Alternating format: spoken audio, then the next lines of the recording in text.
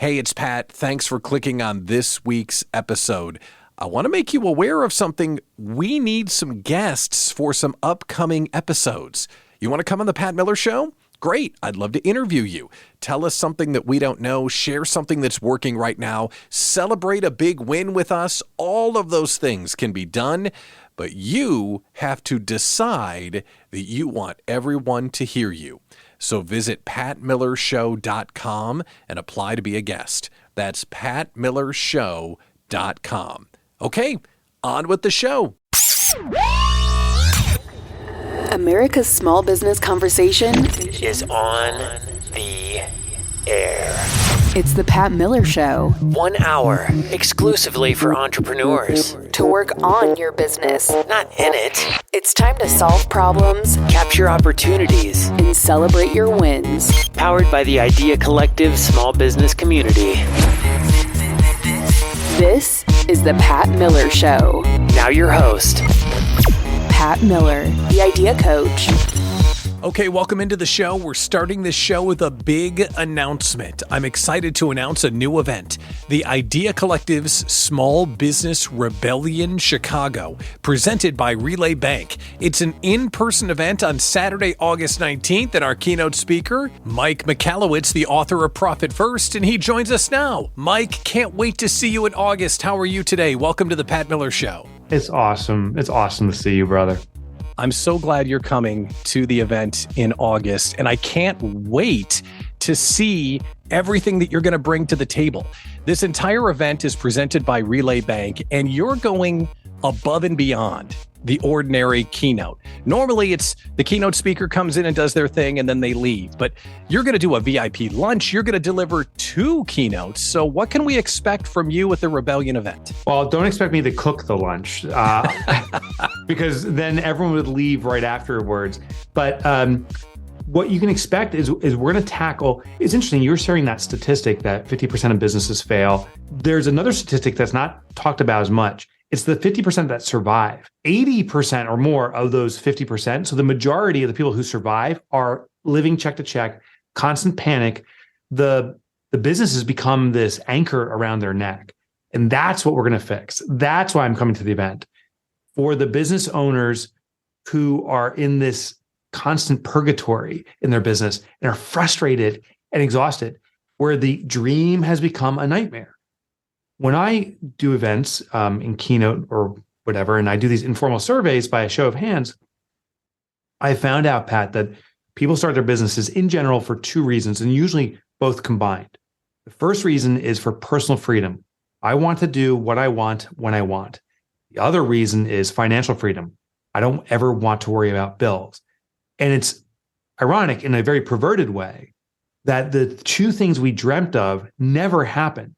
Most businesses, the entrepreneur does not have personal freedom. They are entrapped by the business. They work their tail off. They sacrifice everything but the family, sleep, and they don't experience financial freedom.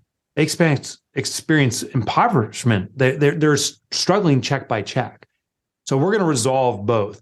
And I think the foundation is financial freedom. Until we have a financial assurity, we know where we're going confidently, and we see the money accumulating, we won't give ourselves the freedom to start working less to drive more results. The ticket to financial freedom that I've experienced firsthand, my wife Abby and her photography business has experienced firsthand, is the Profit First system.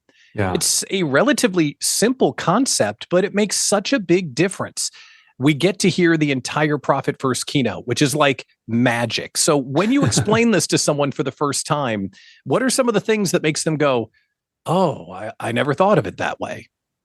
I think the key reason Profit First is so successful with small business owners and even larger is that the goal is not to change who you are, it's to channel who you already are. So the traditional approach to financial management is through accounting documents and accounting systems. We have to read the financial statements, we have to know the metrics, the KPIs, and all those types of things, which I am not diminishing the importance of those things, but it is not in synchronicity with how we work. Most entrepreneurs, and I've also done this through informal surveys, will do what I call bank balance accounting. We log into our bank account, we see how much money's there, and if there's money, we spend it. If we don't, panic ensues, and we try to sell. Well, that's our natural tendency. What Profit First is a system that intercepts, I call it a behavioral intercept. It intercepts the natural behavior. We set the system literally at your bank, and Relay, the online banking platform, is ideal for this. It intercepts us. So every time we log into our bank account, before we spend a dime, the money has been allocated to its intended use. So you know what it's there for. Another behavioral tendency we have is it's called the primacy effect. The next immediate thing in front of us is the most important thing. If I'm feeling angry today, I think I'm always angry. If I'm joyous, everything's always wonderful and joyous. If there's a lot of money, we think, I have a lot of money to spend on whatever is next available, and this is going to be the new standard. When there's no money, panic ensues. Well, if we pre-allocate money to its intended use, when a $1,000, for example, deposit comes in, we used to think we had $1,000 to spend on the next thing, but we'll carve up this money to its intended use so that we know someone's been assured for profit, someone's been secured for the pay of the owner themselves, our tax liabilities that will come, and then money will be left over for other things that we want. And it makes sure that every time we're making purchases or spending money, it's within the reasonable range that can maintain a sustainable company. But there's other behavioral aspects too. The biggest component is you are going to take your profit first. That starts building the muscle. You'll start seeing that a business of any size, you could do 50,000 in revenue, you could do 500,000 in revenue, you could do 5 million or 50 million. Any business of any size can become permanently profitable by their next deposit. And that's what I'm going to teach at the event. If you're just joining us, we're talking with Mike Michalowicz, the author of Profit First and many other books. He's the keynote speaker for the new Idea Collective Small Business Rebellion Chicago event presented by Relay Bank, August 19th in Palatine, Illinois, right outside O'Hare. It's like you could practically walk from O'Hare. It's so convenient. So let's talk about Relay Bank, because they're the presenting sponsor of the event, and they're now the official banking platform for Profit First. Yes. What does that mean, and why is that special? So, interestingly, the biggest impedance to people implementing Profit First was setting it up at a bank. I have countless stories of people going to their existing bank saying, my banker laughed at me that I want to set multiple accounts. We don't do that. There was these fees being assessed. And so many entrepreneurs who could have got started with Profit First abandoned it on day one. And that's such a shame. They had to seek out a different bank or something like that. Well, I've been in contact with Relay over the last few years, and behind the scenes, my team and I with Relay have been developing the platform to work in perfect synchronicity with the books system. So built from the ground up is how Relay approached their Profit First implementation. It is one click simple, and it is the system. It's true to the system. They rolled it out in the last year, and it's been a massive success. I can't even count how many entrepreneurs have leapt to the platform because there's no fees. The Profit First system works inherently, and it's true to the system. Ironically, other banks have tried, without my authorization, by the way, but just tried to support it kind of from a roundabout way and have done it wrong. They don't have certain rules in there that ensure the system works seamlessly. And it's been problematic for people that have gone there. So I'm just really excited about Relay because and it's my bank too now. I use them too because of how well they've integrated Profit First. It takes the few remaining manual elements of Profit First that I implored readers followed on their own, and it automates all of it. Mike Michalowicz is the keynote speaker for the Idea Collective Small Business Rebellion Chicago, presented by Relay Bank. And the Idea Collective's message is don't grow it alone. And the way that we put our events together is about focusing on relationships and learning stuff. So I want to ask you, as someone that's, light years ahead of many of us that are trying to build our business, can you think back to some of those relationships and the folks that you've connected with over the years that have served you as you've grown your business? Yeah. And let me just put a little asterisk here. I'm definitely not light years ahead of anyone. Because I think that's misconstrued that some people say, oh, you know a lot more than me. I know different than some people, and those people know different than me. And the lesson is this: there is value from everyone in these groups.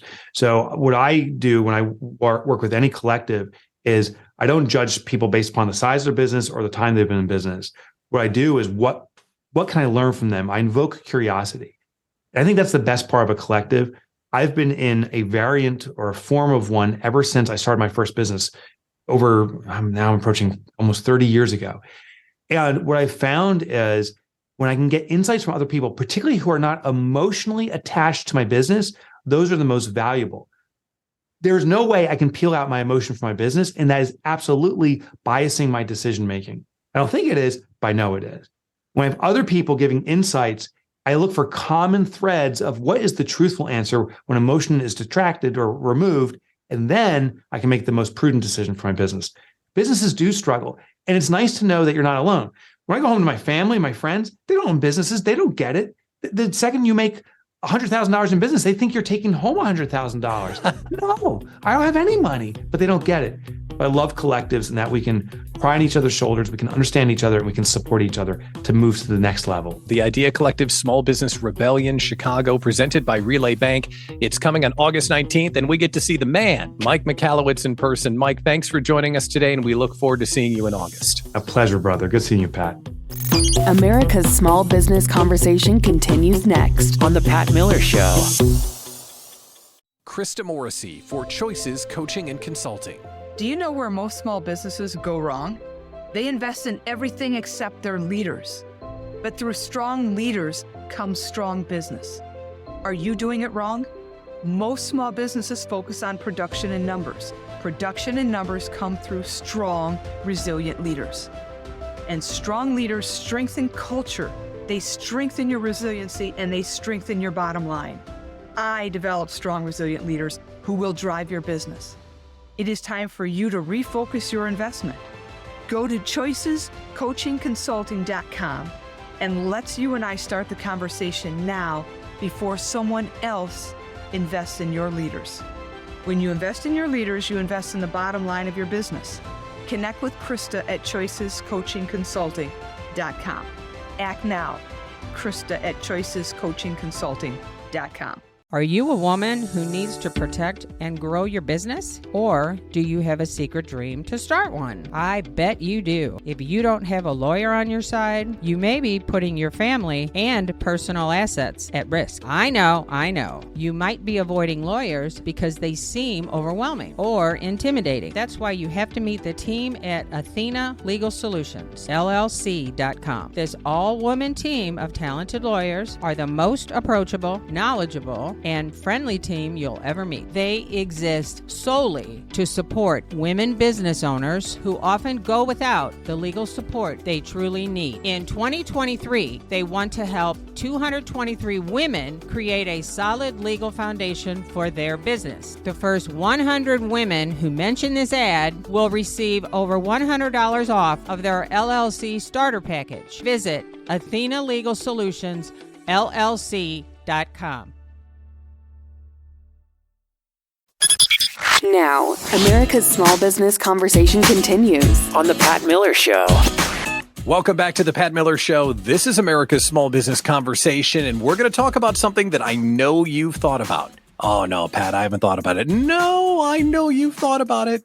We all have a book inside of us. We see that idea that someday I'm going to be a published author. So how do you go about doing that?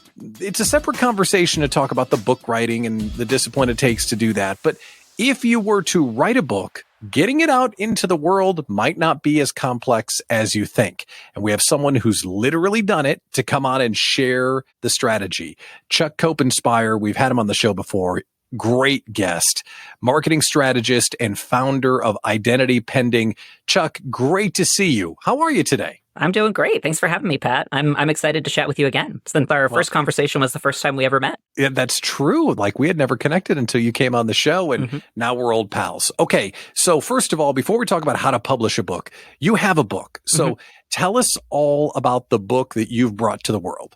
So this, I'll show a little picture. It's called A Pocket Full of Seeds. This is the author advanced copy, so I can fill it up with red marks and edit it. But it's basically, I knew I wanted to write a business book, but I didn't know how to self-publish. But I had all this poetry. So I was like, oh, I'll just publish all of the poetry I've ever written as a practice before I published my business book just to see if I can self-publish. And it turned out that all I needed was like Canva and Google Docs for the most part, and some time and someone to help me like look it over. Now, wait a minute. Canva and Google Docs, because when I think about publishing, I think about agents and publishing houses and arguing with editors and trying to get people's attention and Amazon, and it's just the thought of it is so overwhelming. So I want to break this down. So first of all, good on you for testing to make sure that you knew how the system works. So that's just inspirational in and of itself. But you've got the book done. What did you do first? Walk us through this process of self-publishing our own book. Well, first, I went on Amazon KDP, and I just wanted to see what do they even need from me. And I found out they need a PDF for the cover and a PDF of all the interior pages. And so I was like, well, I know how to make a PDF.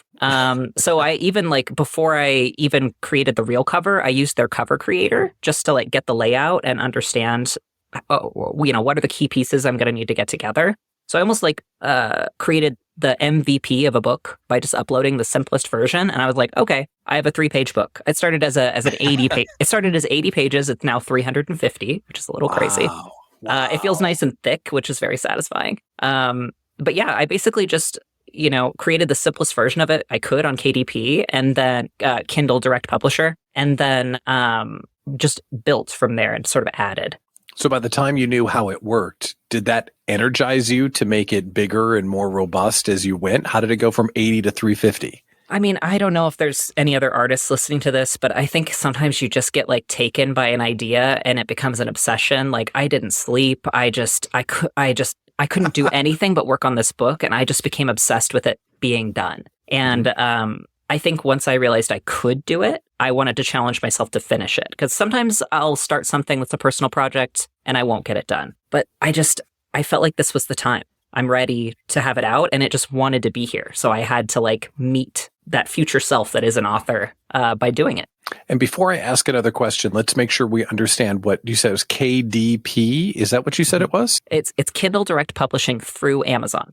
So that gives us the chance to upload our content in a PDF. And then if someone orders it, it's like directly printed, or do you have to buy advanced copies? How does that work? So you can actually pre-sell an ebook. You don't even have to write it. You just upload a cover and say, I'm going to write a book. Who wants it? So you can pre-sell an ebook, or if you're going to have a physical book like I do, you can order your own copies for super cheap. I think mine is like $4 a copy. And so if I want to have like a stack of books to sell in person or hand out around town, I can do that. But it is print on demand, and I can decide how much of a cut I want after Amazon takes their cut. So it's kind of a choose your own adventure for how much you want to make. You could even, do a self-liquidating book funnel and make like no money on it if you just wanted to get coaching clients through your book. So you're saying if you're a speaker or a coach, you could put all of your thoughts into a book, have it break even, but it's a lead magnet or a way that you could go out and engage people to build your coaching practice. And that's part of what inspired me too, is I had bought into so many book funnels and got a lot out of them. And I was like, well, I want to make one of those. And I felt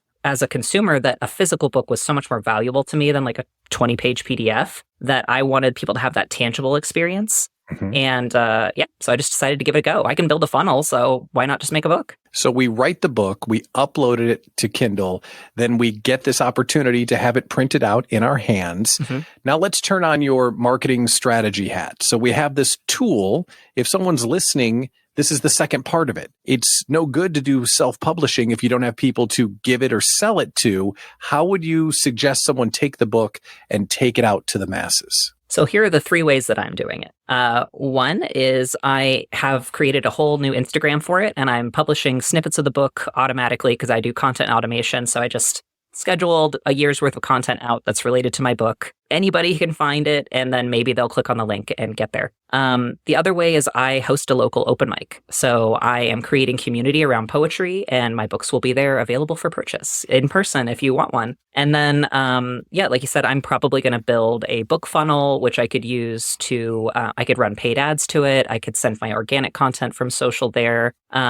Or I could even just hoof it. I could go around to bookstores, independent bookstores around, and say like, hey, I got 5 copies. I see lots of other local authors in stores and coffee shops around here. So the thing I always say is, why not me? I love that. Why not me? So if someone's listening and they've got a professional book inside of them, what would you tell them? I would say that no one else who is published deserves it any more or less than you do. That's what I always tell myself. There's no difference between me and any other published person other than the fact that they took the steps to be published. And if you need support, get a friend. I had my assistant help me scan all the images in this book because I knew I was going to procrastinate on that until the book was never done. So if there's something that's like a hitch for you, just hire a friend or an assistant, call in some help to get over that last little hump. Because if this is a dream you have, something my coach always says is you wouldn't have the dream if it wasn't meant for you.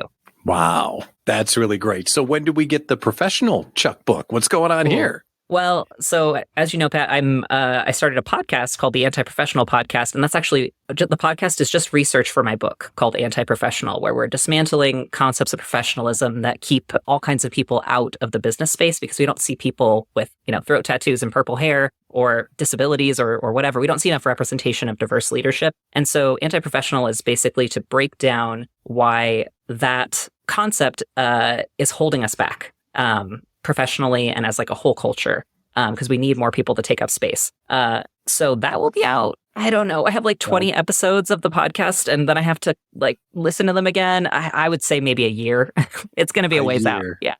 It's going to be great when it's done. This has been really educational and helped a lot of people. If you're sitting on a book, you really have no excuse not to put pen to paper or keystrokes to a screen and get this thing out in the world. Chuck Copenspire, marketing strategist and founder of Identity Pending. Thanks for coming back on the Pat Miller Show. Great to talk with you again. Yeah, thanks for having me. Tell me if this sounds familiar. Your business is growing. You've had some virtual assistants and maybe even some part-time help, but things are going so well, it's finally time to pull the trigger and hire a full-time employee. If you're like me, that sounds super overwhelming, but we've got someone that's going to help you think it through and help you find the courage and the confidence to pull the trigger and add someone to your team. Coming up in the show, we're going to talk to one of our friends, Andy Wines, about hiring your first full-time employee. It's not that scary, and we'll learn about it next on The Pat Miller Show. America's small business conversation continues next On The Pat Miller Show. You're an expert in your own field, so why not take it to the next level and get paid for it? Hi, I'm Wendy Babcock. My 3-day paid speaking bootcamp is your ticket to turning what you know into real income. No matter if it's an audience of 5 people or 500, or if you don't have books, services, products, or programs to sell, even if you're not a celebrity or even well-known, Wendy's online paid speaking bootcamp will give you the skills to always get paid for speaking, no matter what. Keynote speakers get paid anywhere from $2,500 to $7,500. At my intensive 3-day bootcamp, you'll not only build your speaking skills, you'll also learn where to find and how to book speaking gigs. The next bootcamp is June 27th through 29th. Register now at paidspeakingbootcamp.com, and you'll also get lifetime access to Wendy's weekly speaker support hour, an exciting forum to get answers and unlock still more secrets to getting paid for speaking every time you step on stage, no matter what. Register now at paidspeakingbootcamp.com. paidspeakingbootcamp.com. Now, America's small business conversation continues. On The Pat Miller Show. One of the biggest days for every entrepreneur, hopefully, is when they add someone to the team so they don't have to do everything by themselves. And on today's episode of the show, we're bringing on an expert because he's done it. Up one side and down the other. Welcome back to the show. Speaker, author, operations and systems expert, my pal, Andy Wines. Andy, thanks for coming back on the Pat Miller Show. How are you today? We're doing good, Pat. Appreciate it. How you having me? Absolutely. Always great when you come back. And I love this conversation because so many people are this close to pulling the trigger and adding a team member, like a full-on employee. And in your businesses, you've hired, fired, and promoted. So give someone a scope and a scale here. How many people have you employed in all the different businesses that you've run? 200 plus. So I've had a background in junk removal. I had franchises across the country. My highest load, I had 110 employees under my care across the country at one point. So and we started with one. So we went from 1 to a 110 in about a 3-year period. And then I've also developed teams. I had a rage room and I had a media company. So I've had other teams, smaller teams that I've hired and trained and mentored along the way also. All right, let's start at the beginning. Back when you hired your first person. If someone's listening right now, they're thinking about going from 0 to 1. You remember that feeling. What would you tell them about adding your first employee? Well, I love start, stop, continue methodology of change, right? So this is what I have stopped doing. I stopped hiring friends and family. So let's start right there. Our first 2 employees when we were in junk removal was my brother's best friend and a guy that I deployed with. Those were our first 2 employees. And when you first start, and my brother and I were the founders of the business, and when you first start, you go where you know people. So you go to friends and family and things like that. And what it has not worked 100% of the time. So there is no longer any people that are under my employ that were friends or family start with. And this includes my brother, who's no longer my business partner. There's a lot of reasons behind that. He has his own business and everything's good. And when you go with friends and family, it muddies the water right off the bat. Let me ask on that. So when you hire a friend or a family member, how is the relationship different than when you hire someone off the street? Because you already have an established relationship. There isn't the chain of command. There isn't a clear understanding of what the relationship is. So, for example, we have our general manager and now president of our company at Camel Crew. I didn't know him. He was an associate of someone I'm in the CEO roundtable with. We hired him, traditional process. Now we are friendly. I'm going to his 50th birthday party. His kids come by the office. They know me as Uncle Andy. My daughter knows him. We are friendly, but he was an employee first. And so when things hit the fan, and I can't swear on this program, when things hit the fan and we go back to our subconscious brain, we go back subconsciously to, okay, employer-employee relationship. He's the president. He'll have equity someday. At the end of the day, it is very clearly defined who's in charge. Okay, so don't hire friends and family members. What's another mistake that you've made while building out your crew? Don't hire you. Like, I'm awesome. We don't need another Andy. We've hit our max. No, we don't. We have hit our max of Andy. Well, what happens is, right, you at first you hire people that are like you, right? So like-minded. We talk about this in business. Hey, let's get some like-minded people in here. Well, then we have a group, we call it an echo chamber, a bunch of people saying the same things to each other. It's one of the reasons why even in our business that's a military-based company, I say the perfect blend is 50-50, 50% veterans, 50% civilians. Because I can tell you, when we had about 80% veterans, we had about 12 employees, 9 of them were veterans. The 3 or 4 civilians we had, nothing they said mattered because, right, we had this group thing going on. So don't hire like-minded. However, hire like-hearted. Hire people that care about the same things you care about, have a same or similar value set or the same value set as the organization, but they see the world differently because now you're going to have diversity of thought, and you need diversity of thought to grow. Would you take someone that has a shared vision and value set over a more talented employee? Yeah. Oh, yeah. Because talent is trainable. Yeah, you can train talent. I can't train value. I can't train hustle. So when we hire, that's the other thing. When we've hired people with previous experience and junk removal in particular, for the most part, they have not worked out. Because they came in with a high skill set, but they already had established practices and principles. Now, when we've hired people from adjunct industries, like we've hired people that did demo in the past or moving in the past, that's been good. Those people, right? They have a skill set, but then we train them in the ways that work best for us. But I have found, and you can find this in a lot of research, there's a lot of companies out there, they want fresh, young talent, right? Young being subjective, young as in not a lot of industry experience. Ken, the president of our company, when he was approached, he's almost 50. When he was approached about our organization, they're like, hey, junk removal. He's like, why would anyone do that? And then they came here, but he had a background in construction and recruiting and maintenance. He's like, oh, I see it, right? Because now it's about the people and the processes. The discipline is less important. So skill set, absolutely. They have to have a basic skill set. But not necessarily specific in your industry, if that makes sense. It is, and that does. That does make sense. Let me ask about this, and I'm sure you've got some non-traditional way to go after this.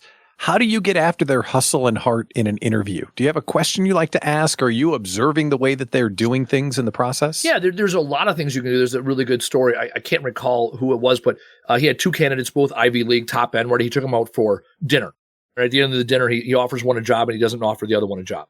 They said, well, why didn't I get the job? And he said, well, there was an engineer position. Two things. He said, when the waitress came by the table, you didn't acknowledge her. The other guy did.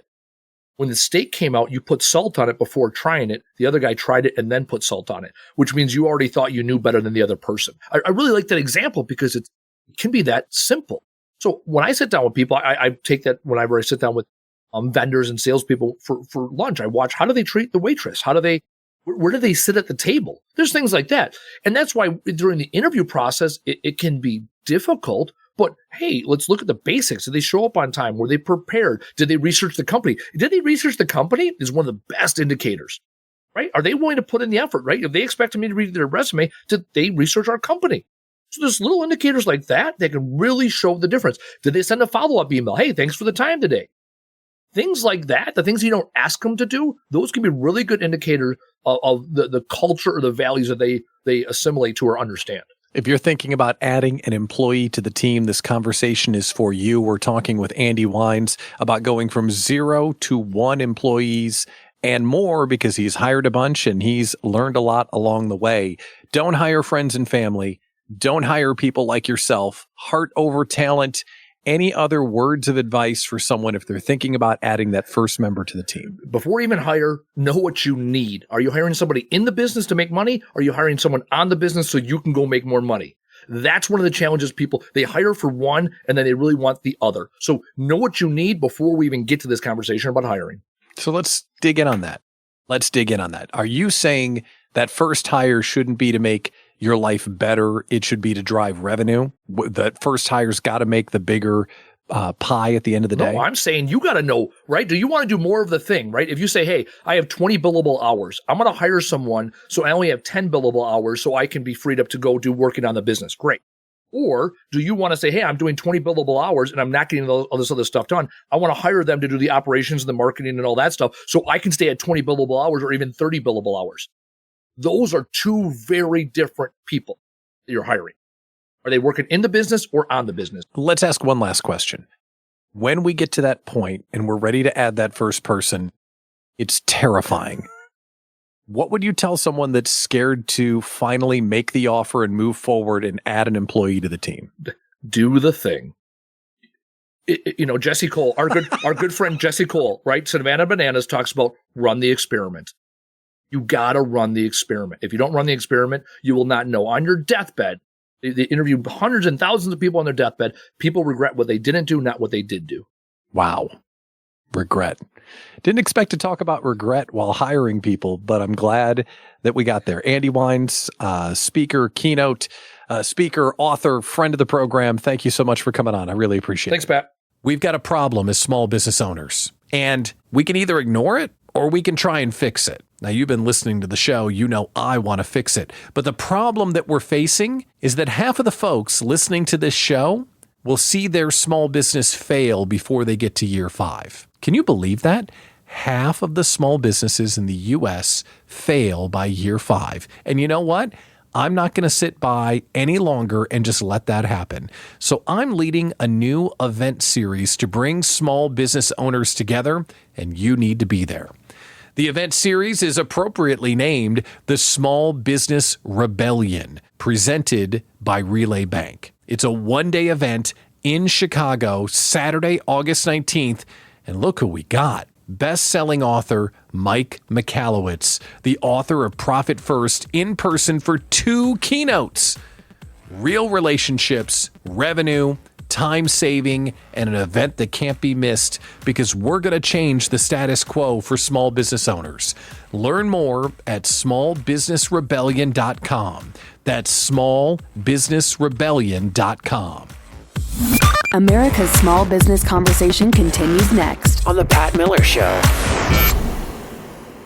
Developing your business is a journey, so make sure and bring along a trusted sidekick. As your business grows, Sidekick Accounting will be there. Sidekick Accounting's core services help take the confusion out of bookkeeping, tax preparation, and tax planning. Who's going to keep track of all those pesky receipts and invoices? Well, Sidekick Accounting has things covered as you grow your version of business success. So whether your small business is a side hustle or a conduit to freedom and owning your own business in time, get in touch with a trusted sidekick, Sidekick Accounting. There are expert advisors waiting to hear from you now. Feel free to call or send a text message to 414-310-7689. That's 414-310-7689. You can find them on LinkedIn, Facebook, and Instagram, or visit sidekick-accounting.com. Remember, developing your business is a journey, so bring along a trusted sidekick. You have a brand. Your business's brand is one of the most important things on your plate. As a business owner, you keep up with the trends. So what's hot these days? It's live events. Owning your small business combined with speaking at live events positions you as the expert in your field. That's where Bankable Events comes into play. Bankable Events is an event advisory and management firm with a primary focus on maximum conversion events. With more than 4,000 live events under their belt, they have the expertise to design face-to-face events that get your audience pumped up and generate profits. The minute you partner with Bankable Events, they'll start creating a customized strategy to take you from idea to income. Just think of the opportunities ahead for you. Call 303-550-1123 or head to bankableevents.com. Join over 1,000 other small business owners and CEOs who use Bankable Events to build community and drive revenue. That's bankableevents.com. Now, America's small business conversation continues On the Pat Miller Show. Welcome back to the Pat Miller Show, America's small business conversation. It's time for a celebration. You know it's my favorite part of the show because we get to hear someone win and we get reminded that winning is possible for us as well. Let's welcome our person that's celebrating, Stephanie DeSonier. She's the owner of Business by Design. Stephanie, welcome to the Pat Miller Show. How are you today? Hey, thank you so much. I'm doing great. How about yourself? I'm great. I love celebrating with folks because I love hearing them win. But before we understand how great your win is, we need to know just a little bit about Business by Design. Tell us what you do. Yeah, so Business by Design is a sales and production strategy consulting business. What I do is I work with makers, primarily women who are looking to build their handmade business, scale to their first $50,000 revenue year, and then continue growing through their first six figures, focusing on the operations, production, and sales side. Such a unique business and sorely needed too. I'm sure you're helping a lot of people. So what are we celebrating today? Yeah, I want to celebrate, AI has been a huge topic of conversation for months now with ChatGPT coming out. And a lot of the conversation that I had heard and a lot of my clients had heard really focused so much on how can you use it for copy, how can you use it for social media, maybe coding. And so many of my product businesses kind of felt, well, none of this applies to me. This doesn't really have anything to do with my business, maybe with the social media side. But what I have actually started coaching a lot of my clients on is using AI, such as ChatGPT, to actually start doing some more of that back-end planning in their business, creating a revenue forecast or a production forecast, just by inputting a couple pieces of information that they probably already have in their business. That's incredible. And to think it's getting that wide into the marketplace, that someone that is knitting or doing ceramics or whatever they might be doing, they're getting the power of AI to help plan and build their business. So during this coaching program, you mentioned planning. Can you give us another couple of examples of the types of things you're showing people how to unlock AI for their business? Yeah, when we talk about planning, for instance, a lot of my clients really need to know to hit their revenue goal, how much do they need to be actually producing and selling each month? Because most of them are solopreneurs, they're doing it on their own, so they don't have expanded capacity. They're not a larger scale manufacturer with 2 or 3 shifts. And so one thing we do is we say, my products are priced at $10 a piece, for instance. I'm looking to hit a revenue goal of $50,000 this year. My average event, I bring in $700. I'm doing 4 events a month with 6 events June through September, for instance. And so we put that information in and it goes based on this. You are going to need to produce and sell X amount of product each month in order to hit your revenue goal. That's amazing. That's amazing. And it thinks it all out. And I'm sure you could continue to prompt it for how much raw material I need, how many hours I'd have to spend. Is that some of the further prompting you do? Yeah, exactly. So then you can say, okay, based on this, it takes me 3 hours, for instance, 3 hours to make 40 candles. So how many hours do I need to allocate each month in order to make the amount of candles necessary to hit this revenue goal?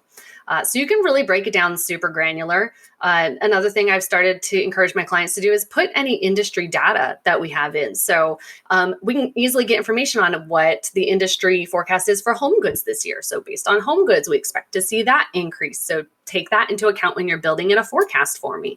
It's really easy to really start diving in and pulling different bits of information to create something that's very specific to their business in very little time. Can you think of a time when you coached someone on using AI and it unlocked something they didn't realize, something that changed the course of their business because they went, oh, I didn't know that was happening, or, oh, I didn't realize I was undercharging the market. Can you think of an example like that? Yeah, I have a really great example of this, and it's actually less on the analytical side, and it's more on the sales side. A lot of my clients really struggle with product descriptions and their sales pages on their websites, for instance. And one of the tricks I taught my client is we went through and we looked for not necessarily a bad review, but a review that had some negatives about their product. They sell these little 2-ounce candles, and someone's like, well, it feels really small. And so we went to ChatGPT and we said, take this customer statement and shift it into a positive and talk about the benefits and overcome the objections of buying a small candle. So we were able to take what was a negative, what they were really taking to heart is, why am I making these candles? People hate them. They're too small. We're like, okay, but wait, what if we talked about how awesome small candles are and what are the reasons people would buy it? And it completely shifted their mindset. But then they're like, okay, well, what else can I have it say about my products? And so their whole product description and listing online has completely changed because of that. That is some Jedi mind trick stuff. Was the maker fired up after seeing that happen? Yes, they were so excited. Like, to hear that this thing was putting out this positive feedback on their product, even though they know it's a computer program, but to hear like all these positive things about their candles come out. And they're like, oh, no, wait, it could actually be really cool. We're talking with Stephanie DeSaunier, the owner of Business by Design, and she's released AI coaching for makers and her clients. It's really exciting. While we have a minute left here on the show, is there a prompt or a best practice or something that everyone might be able to use to start unlocking those first few steps into AI that you would recommend? Yeah, the first thing to keep in mind is you have to be specific. Everyone has heard the phrase garbage in, garbage out, and that works for AI as well. So I recommend, if you're coming in to ask it a question, first understand what your goal is. What are you trying to achieve? Make sure that's clear. Also, be very clear on who your audience is. Don't just say it's, for people on Facebook. Say it's, for instance, I say it's for women who are making products out of their homes by themselves, looking to hit $50,000, primarily candle, bath products, and pottery. And so target your messaging specifically to this type of person. So getting very, very clear on what your goal is and who you're trying to talk to when you're putting inputs in. Even though you're using it all the time, you would agree with me, it is kind of creepy and cool how much it can specialize your copy, isn't it? Super creepy. Yes. It's I can even, I like to prompt it to rewrite my copy in the voice of Drew Barrymore sometimes, just for kicks. Oh, that's great. I'd like to tell the story of one time I actually had a conversation with Steve Jobs, and it was kind of eerie how well it was reflecting what he believed. I had him read a bunch of my copy and critique it as though it were Steve Jobs. It did a remarkable job. The opportunity to use ChatGPT and the other AI tools can really transform every industry, and to hear that makers are using it, it's just really cool. Stephanie DeSaunier, owner of Business by Design, teaching folks how to use AI better. Congratulations on your success, and thanks for coming on the Pat Miller Show. I appreciate it. Thanks so much. America's Small Business Conversation is out of time for this week. I'm your host, Pat Miller, the Idea Coach. Quick reminder, sometime this weekend, make sure to hit up smallbusinessrebellion.com. That's smallbusinessrebellion.com and learn about our brand new one-day event where we are bringing in small business owners in Chicago. We'd love to see you there. We'll see you right here next week. Thanks for listening to The Pat Miller Show. See patmillershow.com for more information on today's guests, events, and the Idea Collective small business community. A worldwide group working together to fight fear, inexperience, and isolation for small business owners everywhere. Join us next week for The Pat Miller Show. And remember, Get clear, work hard, and never quit. Guests on The Pat Miller Show have agreed prior to appearing that they are receiving consultation and advice that they may or may not use at their own risk. No part of the show should replace accounting, tax, or legal advice.